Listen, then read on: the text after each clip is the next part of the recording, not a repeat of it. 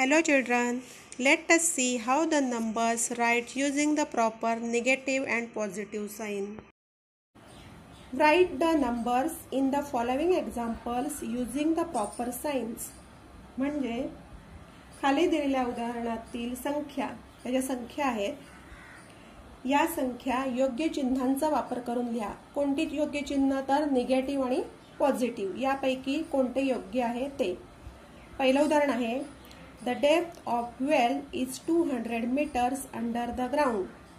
म्हणजे विहिरीची खोली जमिनीपासून 200 मीटर्स खाली आहे. डेप्थ म्हणजे खोली.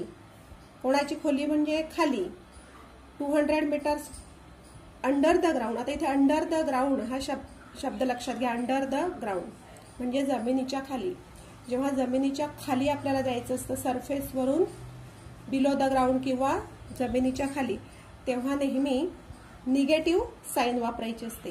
मग आपल्याला ही 200 मीटर्स ही संख्या लिहायची आहे.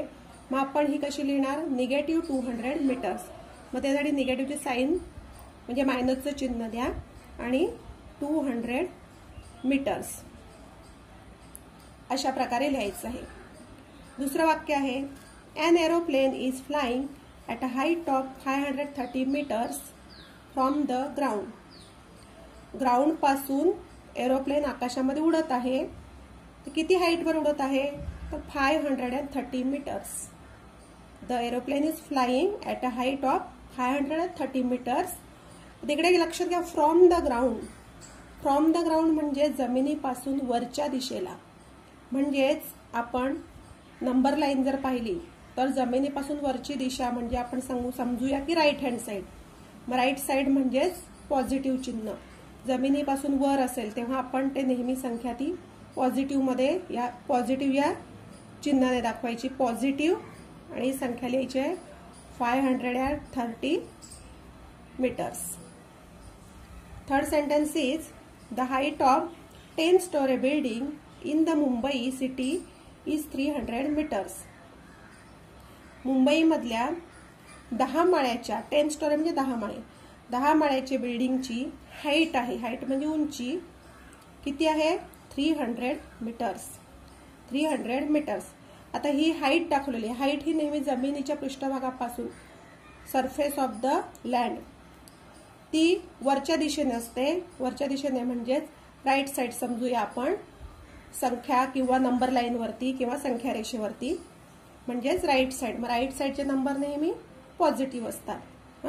म्हणून जमिनीपासून वर म्हणून आपण लिहूया पॉझिटिव्ह 300 मीटर्स.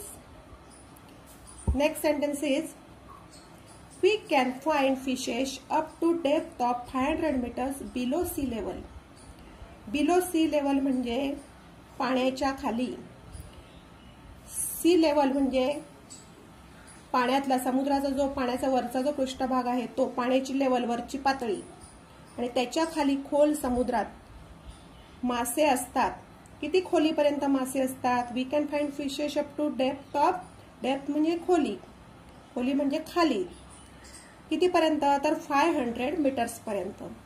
500 मीटर्स म्हणजे बिलो द सी लेवल म्हणजे आपल्याला पाण्याच्या लेवल पासून खाली जायचं आहे. खोल समुद्रात 500 मीटर्स पर्यंत जायचं आहे.